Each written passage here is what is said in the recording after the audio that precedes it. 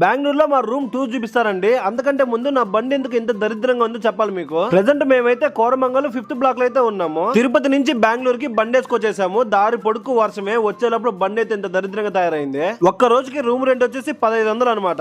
ఒక TV, AC, bed, పెద్ద అద్దం ఉంది. బెడ్ అయితే భలే ఉంది అసలు. మధ్యాహ్నం అయితే రూమ్ పక్కనే ఒక చిన్న హోటల్ ఉంది. అక్కడైతే భోజనం చేసి వచ్చి రూమ్ లో పడుకునేసాము. సాయంత్రం 7 గంటలకైతే నిద్రలేసాను. అలా బయటకు వచ్చి ఒక టీ తాగితే అప్పుడు తలకాయ నొప్పి తగ్గింది. సిటీ మాత్రం బాగా చల్లగా ఉంది. అదేందో కానీ అమ్మాయిలేని అబ్బాయి లేడు అసలు. ఇక్కడ ఎక్కడ చూసినా జంటలే. దారిలో చిన్న షాపింగ్ మాల్ లా కనిపిస్తే లోపలికి వెళ్ళాము. లోపల మొత్తం లేడీస్ కే ఉంది. ఇదేంద్రా నాయన ఇంత ట్రాఫిక్ ఉంది. రూమ్ కి ఎప్పుడు వెళ్ళాలో ఏమో ఇంకా.